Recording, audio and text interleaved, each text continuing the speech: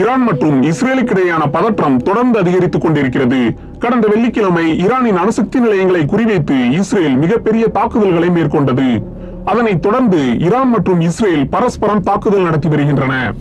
Iran நடத்திய தாக்குதலில் சில ஏவுகணைகள் டெல் அவீவ் மற்றும் ஹைஃபா போன்ற இஸ்ரேலிய நகரங்களை அடைந்தன. இதில் குறிப்பிட வேண்டிய விஷயம் என்னவென்றால், ஈரான் மற்றும் இஸ்ரேல் இடையே சுமார் 2000 கிலோமீட்டர் தொலைவு உள்ளது.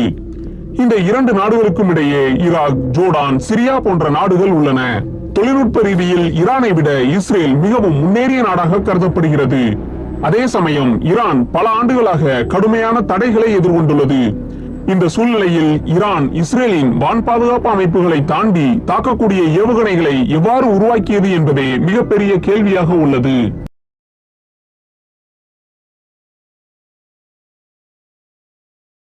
அமெரிக்காவை தளமாக கொண்டு செயல்படும் பீஸ் இன்ஸ்டிடியூட் தகவலின்படி, மத்திய கிழக்கில் ஈரான் மிகப்பெரிய மற்றும் பல்வேறு வகையான பாலிஸ்டிக் ஏவுகணைகளை கொண்டுள்ளது. ஈரானிடம் அணு ஆயுதங்கள் இல்லாவிட்டாலும் 2000 கிலோமீட்டர் தூரம் சென்று தாக்கக்கூடிய பாலிஸ்டிக் ஏவுகணைகள் இருக்கின்றன.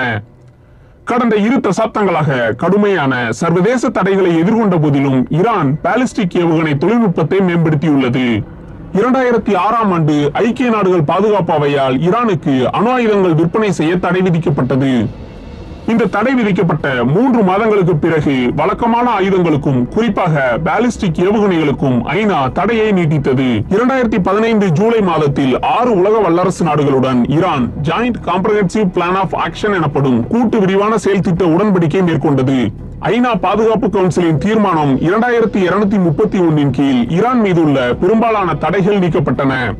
இதனைத் தொடர்ந்து 2021ஆம் ஆண்டுக்குள் ஈரான் 50க்கும் மேற்பட்ட ராக்கெட் வகைகளையும் பாலிஸ்டிக் மற்றும் குரூஸ் ஏவுகணைகளையும் ராணுவ ட்ரோன்கள் போன்றவற்றையும் தயாரித்தது.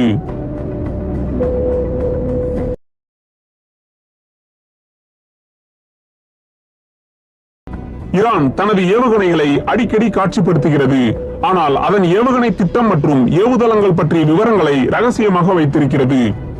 மலைகளுக்குள் மேம்பட்ட தொழில்நுட்பத்துடன் அமைக்கப்பட்ட நிலத்தடி ஏவுகணை தளங்களை வைத்திருப்பதாக ஈரான் புரட்சிகர காவல் படை கூறுகிறது.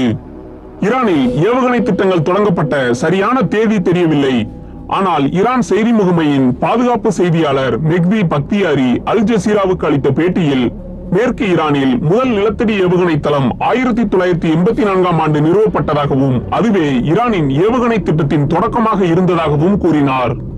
ஈரானின் ஊடகங்கள் மற்றும் ஈரான் புரட்சிகர காவல் படை இதுவரை பல நிலத்தடி ஏவுகணை தளங்களின் புகைப்படங்களை வெளியிட்டுள்ளன. மேலும் அவற்றை மிசைல் சிட்டி என அவர்கள் அழைக்கின்றனர்.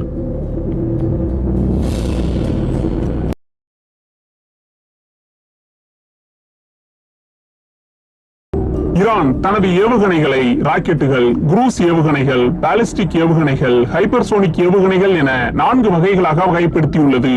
கடந்த ஆண்டு ஏப்ரல் மாதத்தில் இஸ்ரேல் மீது மேற்கொண்ட தாக்குதலின் போது ஈரான் எமட் 3 பாலிஸ்டிக் ஏவுகணை, குரூஸ் ஏவுகணை மற்றும் ஷாகித் 136 ட்ரோனை பயன்படுத்தியது. தற்போது ஈரானால் சுமார் 2000 கிலோமீட்டர் முதல் 2500 கிலோமீட்டர் வரை ஏவுகணை மூலம் தாக்குதல் நடத்த முடியும். ஈரானின் அதி உயர் தலைவர் ஆயத்துல்லா அலி காமனேயி ஈரான் ஏவுகணையின் உச்சவரம்பு 2000 கிலோமீட்டருக்கு மிகாமல் இருக்க வேண்டும் என உத்தரவிட்டுள்ளதாக ஈரானின் ராணுவ அதிகாரிகள் கூறுகிறார்கள். ஈரானிடம் அல் ஃபதா எனும் ஹைப்பர்சோனிக் ஏவுகணையும் உள்ளது. இது எந்த ஒரு ஏவுகணை பாதுகாப்பு அமைப்பிடம் இருந்தும் தப்பிச் செல்லக்கூடியது என ஈரான் கூறுகிறது.